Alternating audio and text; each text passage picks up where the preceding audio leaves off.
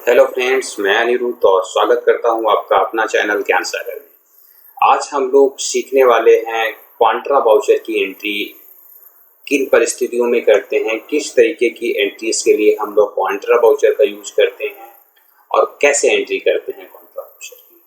चलते हैं। Contra vouchers use करने के लिए हमें ट्रांजेक्शन सेक्शन में आना है और अकाउंटिंग वाउचर ऑप्शन पे आकर के हमें एंटर करना है। देख सकते हैं इस समय हम लोग कॉन्ट्रा वाउचर में आ चुके हैं। कॉन्ट्रा वाउचर का शॉर्ट की जो है F4 होता है एंड कीबोर्ड से माउस से आप क्लिक करके भी कॉन्ट्रा वाउचर पे जा सकते हैं। ये हमारा कॉन्ट्रा वाउचर है। बेसिकली कॉन्ट्रा वाउचर यूज हम लोग करते हैं कैश की और बैंक की ट्रांजेक्शन्स के लिए। हम लोग कॉन्ट्रा वाउचर यूज करते हैं। जैसे हमें बैंक में पैसे जमा किए, अगर हमने आज पैसे जमा किए हैं बैंक में और उसकी एंट्री पास करने के लिए हमें कॉन्ट्रा वाउचर का इस्तेमाल करना होता है। और यदि हमने कोई अमाउंट बैंक से निकाला है कैश में, उसकी एंट्री के लिए भी हमें कॉन्ट्रा वाउचर यूज किया जाता है। यानी बैंक की एंट्री अगर कैश में हो रही है तो आपको कॉन्ट्रा वाउचर में ही वो एंट्री पास करनी होगी। और यदि अगर बैंक की कोई एंट्री चेक से हो रही है, निफ्ट से हो रही है, आरटीजीएस से हो रही है, तो उसको हम कॉन्ट्रा वाउचर में नहीं लाएंगे क्योंकि वो पेमेंट की एंट्री हो गई है। मतलब सीधा सा है, अगर कैश और बैंक दोनों की अगर कोई एंट्री आपस में हो रही है तो हमें कॉन्ट्रा वाउचर में एंट्री करनी है। अब देख लेते हैं, सपोज हमने आज की डेट पे ले लेते हैं, आज 16 अगस्त है। 16 अगस्त को हमने बैंक में 50,000 रुपए डिपॉजिट किए, तो उसकी एंट्री करने के लिए हम लोग यहाँ पे कोशिश करेंगे कि कैसे एंट्री उसकी पास होगी। तो सबसे पहले तो हम डेट इसके चेंज करते हैं। डेट चेंज करने के लिए हमारे पास शॉर्ट की है F2 प्रेस करने के बाद हमसे वो डेट पूछेगा। डेट हमने बोला 16 अगस्त को हमने 50,000 रुपए बैंक में डिपॉजिट किए कैश, तो हमने यहाँ पे डाला इसकी डेट 16/8। डेट हमारी आ गई ये। उसके बाद में हम आ जाएंगे यहाँ। अब करना क्या है, हमें यहाँ पे सेलेक्ट करना है कैश, क्योंकि कैश हमारा रहेगा क्रेडिट। कैश में हमने डाला 50,000 रुपए।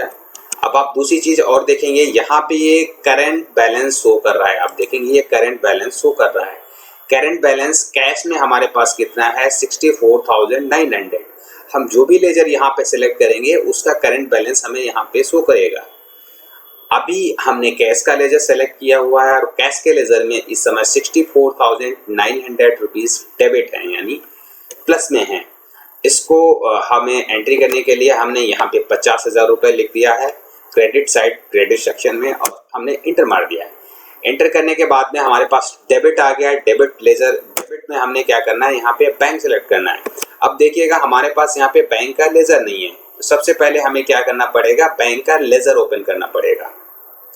बैंक का लेजर ओपन करने के लिए हमें क्या करना है, शॉर्ट की मैंने बताया था Alt+C। यहाँ से हम Alt+C प्रेस करेंगे। Alt+C करने के बाद में हमें लेजर क्रिएट के लिए नया स्क्रीन पे लेके पहुंच गया। और यहाँ पे देखिएगा, यहाँ पे लिखा हुआ लेजर क्रिएशन है ना। यहाँ पे सबसे पहले हमने डाला बैंक का नाम। हमारा बैंक है एक्सिस बैंक CA, मतलब करंट अकाउंट हमने शॉर्ट में लिख दिया है। और अकाउंट की लास्ट के हम डिजिट भी डाल देते हैं इसमें।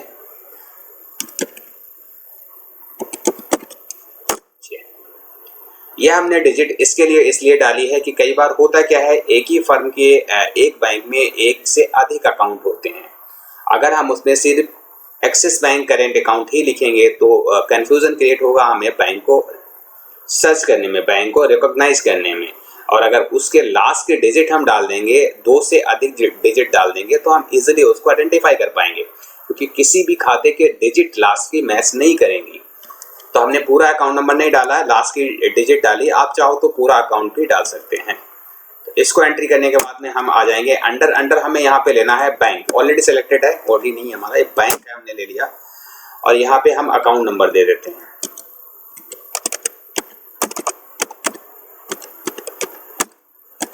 यह हमने अकाउंट नंबर डाल दिया है। और इसके बाद में हमें क्या करना, IFSC कोड डालना है इस बैंक का। तो तो हमने IFSC कोड डाल दिया जो कि 11 डिजिट का होता है। उसके बाद हमें बैंक का नाम सेलेक्ट करना है। आप देखेंगे राइट साइड में आपके सारी बैंक्स ऑलमोस्ट जितनी हैं इंडिया में वो सारी आ गई। यहाँ पे आप देखेंगे हम उसमें से बैंक सेलेक्ट कर लेंगे। ये ऑल ओवर वर्ल्ड बैंक दिखा रहा है कौन कौन सी बैंक। हमें क्या करना है, एक्सिस बैंक टाइप करना है, ऑलरेडी हाइड करके आपको इधर राइट में दिखा देगा। उसको सेलेक्ट करके एंटर कर देना है। उसके बाद में हमसे ये ब्रांच डिटेल मांग रहा है तो हम यहाँ पे ब्रांच डाल देंगे, करोल बाग न्यू दिल्ली हमने यहाँ पे डाल दिया है। और एक ये एडवांस फीचर इस वर्जन में और आया हुआ है, बैंक कॉन्फ़िगरेशन के अंदर आता है सेट चेकबुक होती है हमें बैंक्स इशू करता है, उसका रिकॉर्ड मेंटेन करने के लिए भी हमें यहाँ पे ऑप्शन दिया जाता है। हम अगर इसको यस करते हैं, अभी मैं यस करके ही चल रहा हूँ, यस किया हमने यहाँ पे, तो हमसे ये पूछेगा जो आपके पास चेकबुक जिसकी आप एंट्री करने जा रहे हैं वो किस नंबर से शुरू हो रही। तो हमने इसको दे दिया है 6 डिजिट होते हैं इसके, और हमने ले लिया 1 नंबर से शुरू हुआ है। चेक नंबर जो होता है वो 6 डिजिट का होता है। और 50 लीफ का हमें बैंक ने चेकबुक इशू किया है, इसलिए हम यहाँ पे 50 डाल देंगे। 50 ऑटोमेटिक यहाँ लीव दे देगा। नंबर ऑफ चेक्स कितने हमें आए हैं इस सीरियल नंबर स्टार्टेड से फॉर्म एंड 2 में, वो 50 दिखा रहा है तो 50 हो गए। उसके बाद में ये आ गया चेकबुक नेम। चेकबुक नेम इसलिए होता है कि एक बैंक के आपने दो चेकबुक ले लिए, एक और 2 चेकबुक को आपने क्या किया, एक राम को दे दिया, एक घनश्याम को दे दिया, जो कि आपका अकाउंट मेंटेन करते हैं। तो उस कंडीशन में क्या होता है, आप जब चेक इशू करोगे तो आपको पता होना चाहिए किसके चेकबुक से चेक इशू हो रहा है। वो आप यहाँ पे रिमार्क एक तरीके का डाल सकते हैं। हम यहाँ पे फिलहाल ब्लैंक छोड़ रहे हैं। चेक प्रिंटिंग कॉन्फ़िगरेशन, इसको अभी हम नो रखते हैं, ये भी हम आगे बताएंगे एक वीडियो में, इसके लिए अलग से बनाना पड़ेगा। ये एडवांस फीचर है वैसे, और अभी हम बिगनिंग कर रहे हैं। और इनेबल ऑटो रिकॉन्सिलेशन, इसको भी हम नो ही करते हैं, बाद में हम इस पर बात करेंगे। यहाँ पे वापस से आपका बैंक नाम ले लेगा। मेलिंग एड्रेस में आप देखोगे ना, ये मेलिंग एड्रेस है, ये यहाँ पे बैंक ऑटोमेटिक सेलेक्ट कर लेना। हमें यहाँ पे ब्रांच का एड्रेस दे देना है, करोल बाग न्यू दिल्ली हमने ले लिया। कंट्री हमारी इंडिया हो गई है और स्टेट हमारा दिल्ली हो गया है। पिन कोड हमने इसका डाल दिया, जो भी होता हो। और यहाँ पे बैंक का टैक्स रजिस्ट्रेशन यानी GST नंबर मेंशन करना है। GST नंबर स्टेट कोड 07 हो गया।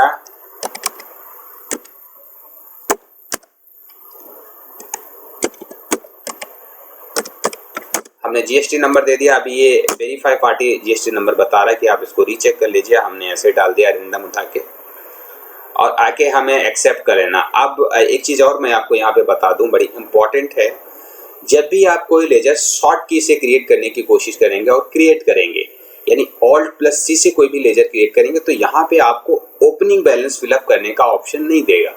आप देखेंगे यहाँ पे आप ओपनिंग का ऑप्शन यहाँ पे जनरली आता है हर लेजर में, वो आपको नहीं दिखा रहा है, क्योंकि टैली ये रिकॉग्नाइज करती है कि आप जिसका लेजर नया क्रिएट कर रहे हैं, क्योंकि उसका कोई भी ओपनिंग बैलेंस नहीं होगा, इसलिए वो यहाँ पे ओपनिंग फिलअप करने का ऑप्शन नहीं देता है।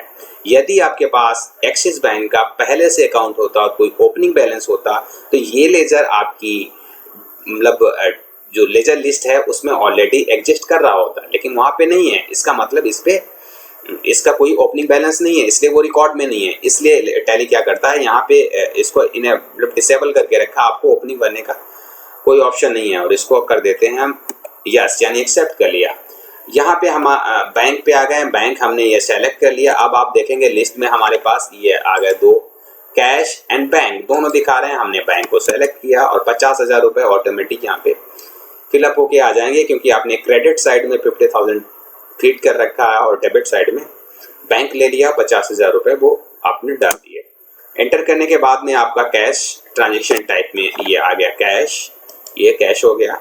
50,000 ये आ गया। आपसे इंस्ट्रूमेंट वगैरह नहीं मांगेगा क्योंकि वो कैश की एंट्री है। हमसे यहाँ पे नोट पूछेगा, आप किस तरीके के नोट जमा करके आए हो। हमने 500 रुपये के 100 नोट्स दे दिए हैं, हम इसको 100 डालेंगे तो ये सम आपको दिखा देगा अमाउंट 50,000 रुपीज़। आप यहाँ पे नोट गलत डालोगे तो ये एंट्री को एक्सेप्ट नहीं करेगा। हमने सपोज 40 डाल दिया, लास्ट में हम इसको एक्सेप्ट करने की कोशिश करेंगे तो एक्सेप्ट नहीं करेगा। ये कह रहा है, ये देखो इधर एक एरर दे रहा है, total amount can not be less than the allocated amount, क्योंकि हमने यहाँ पे अमाउंट गलत डाला हुआ है। यहाँ पे आपको पहले नहीं था, इसमें इस वर्जन में आया हुआ है। ये बढ़िया चीज है, हमारे पास पता रहता हमने कितने नोट्स जमा किए हैं। 500 के हमने 100 नोट्स जमा किए, 50,000 हो गए।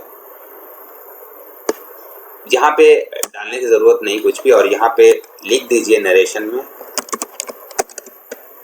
कैश वॉलेट, और हम एंट्री को एक्सेप्ट करा देते हैं।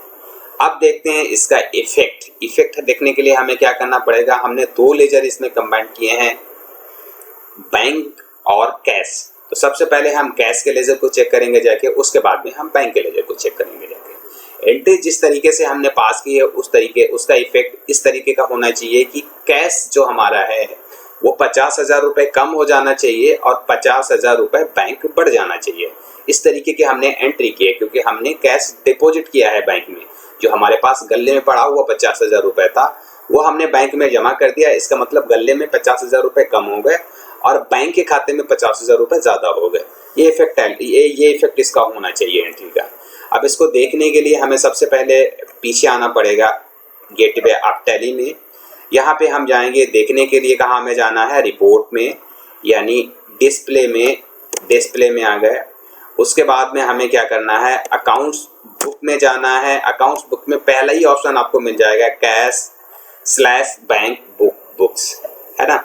यहाँ पे सी आप देखेंगे रेड का हाईलाइट है, इसका मतलब सी अगर प्रेस कर दोगे तो आप इसकी एंटर कर जाओगे डायरेक्ट, यानी शॉर्ट की है ये, कीबोर्ड से अगर सी प्रेस करेंगे, या फिर आप एंटर करके भी जा सकते हैं। अब इफेक्ट देखिए, यहाँ पे